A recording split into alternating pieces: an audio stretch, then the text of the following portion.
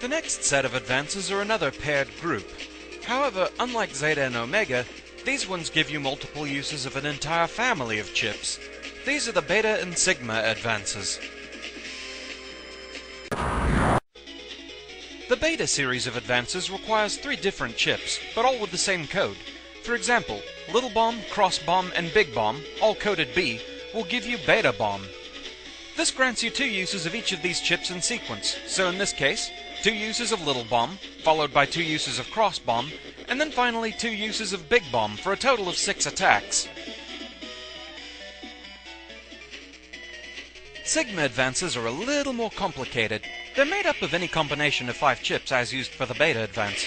The rules are that you must have at least 1 of each level of chip, and they have to go in order, such as 2 Little Bombs, a Cross Bomb, and 2 Big Bombs, all coded B. This yields Sigma Bomb. It works like Beta Bomb, except it gives you 3 uses of each attack rather than just 2, for a total of 9 strikes. A couple of things worth noting. It actually doesn't matter how many of each level of chip you use, just so long as it adds up to 5 chips in the end. Also, unlike the Zeta and Omega advances, you do not get an invisibility period during these, so you need to be careful. There are 3 other chip groups that this works for. Next is Beta Sword. This is obtained by using Sword, Wide Sword, and Long Sword S. It thus gives you 2 uses of each of these 3 chips. 2 swords, 2 wide swords, and 2 long swords. So, pretty nice if you can get all the enemies up to the front. There is also Sigma Sword, obtained with any combination of 5 swords, wide swords, and long swords, coded S. It gives you 9 attacks with the 3 swords. Of course, this can be a little problematic unless everyone you're after is fairly close to the front. Hey, you in the back! Oh, screw you. Next is Beta Wave. For this one you need Shockwave, Sonic Wave, and Dino Wave, all coded C. It gives you 6 uses of the Shockwave chips, and that can be fairly useful. First 2 Shockwaves, then 2 Sonic Waves, and finally 2 Dino Waves, so it gets faster and stronger the more you use it.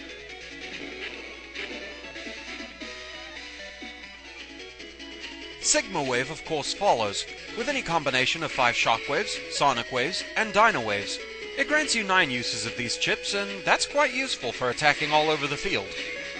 One thing to point out about the usefulness of these advances is that they're Unicode, meaning that you can get through your folder a lot more efficiently with these than you can with things like the Zeta and Omegas. Finally, there's Beta Quake. For this one you need Quakes 1, 2, and 3, all coded Q. It gives you 6 uses of the Quake series. First 2 Quake 1s, then 2 Quake 2s, and then 2 Quake 3s.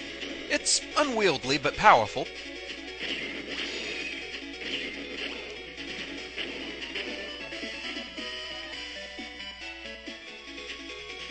And of course that means there's a Sigma Quake, made up of any 5 Quakes 1, 2, and 3, all coded Q. It gives you 9 uses of the various Quake chips. Yeah, the enemy field is likely to be a complete and total mess by the time you're done with this one. Definitely has its uses, even if it is somewhat unwieldy.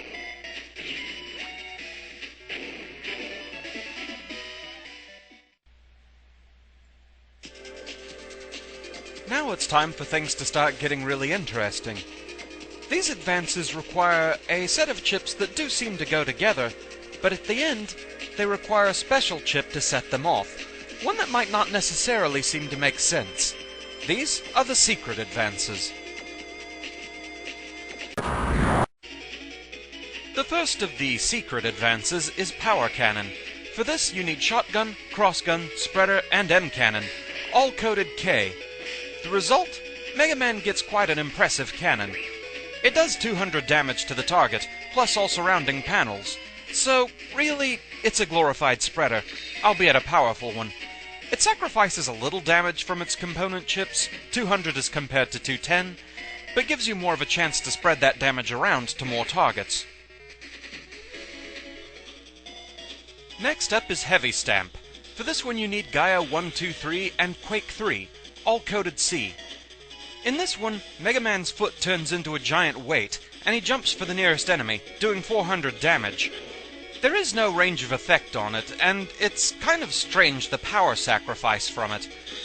The component chips can actually do 540 damage, and with more of a chance to hit more enemies. So the sacrifice, I'm not sure if it's really worth it. Maybe against bosses or in player versus player, just so they have no chance of dodging it, maybe.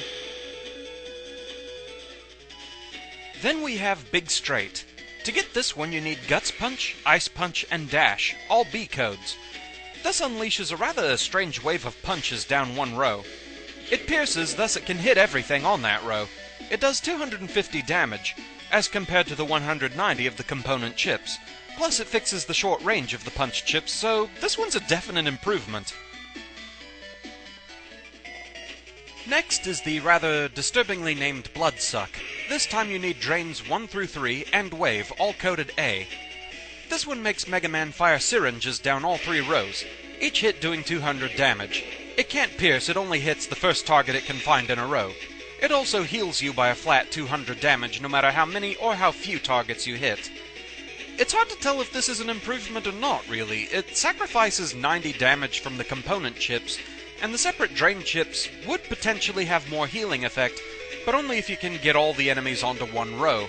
Thus, the spread of this attack does have its uses. Finally, there's Storm. For this we need Typhoon, Hurricane, Cyclone, and, oddly, Repair, all coded G. With this, Mega Man gets a huge fan and twisters start disco dancing all over the field.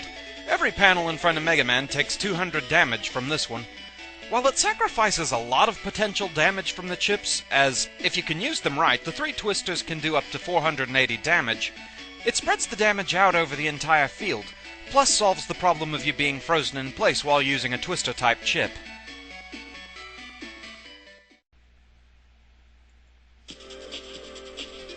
The final group of advances is, alas, the smallest group.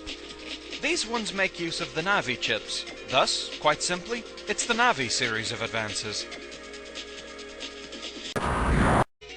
The first of the Navi advances is Guts Shoot. This one requires Met Guard, Dash, and any of the Gutsman chips, all coded G. This one's just weird.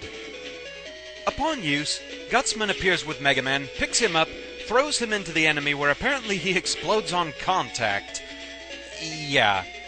It does a rather massive 500 damage, so it's a vast improvement in how much power it has, but it only hits one target and does not pierce. So really the best use for this would be against bosses, and considering how really early on in the game you can get all the chips for this one, it should be pretty good in the main game, I would think. Next up we have Lifesaver. For this one you need Barrier, Aqua Aura, and any version of Roll. Thus, it's all coded R.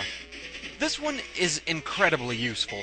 Roll fully heals you. No matter how much damage you've taken, she heals you back up to max health. It also gives you a full 30 seconds of invincibility. It doesn't even go away while you're attacking. Very useful, that. Now, one of the chip codes is rather difficult to get. Aqua Aura R can be a bit on the rare side, but still worth hunting down for this one. And the final program advance is Double Hero. For this one you need Fighter Sword, Knight Sword, Hero Sword, and any of the Proto Man chips, all coded B for blues. In this one, Mega Man and Proto Man team up, shooting and slashing at every single panel in front of them, doing 400 damage to anything they can find. It does take a hit on damage, but it's pretty much guaranteed to hit everything, so this is quite a useful advance.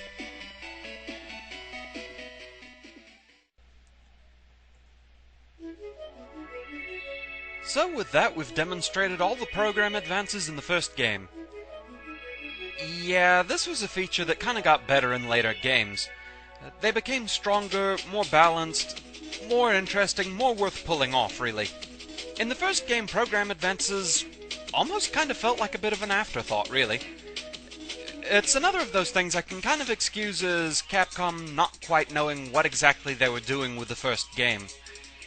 But some of these I still hadn't tried out, so it was interesting to look at all of them.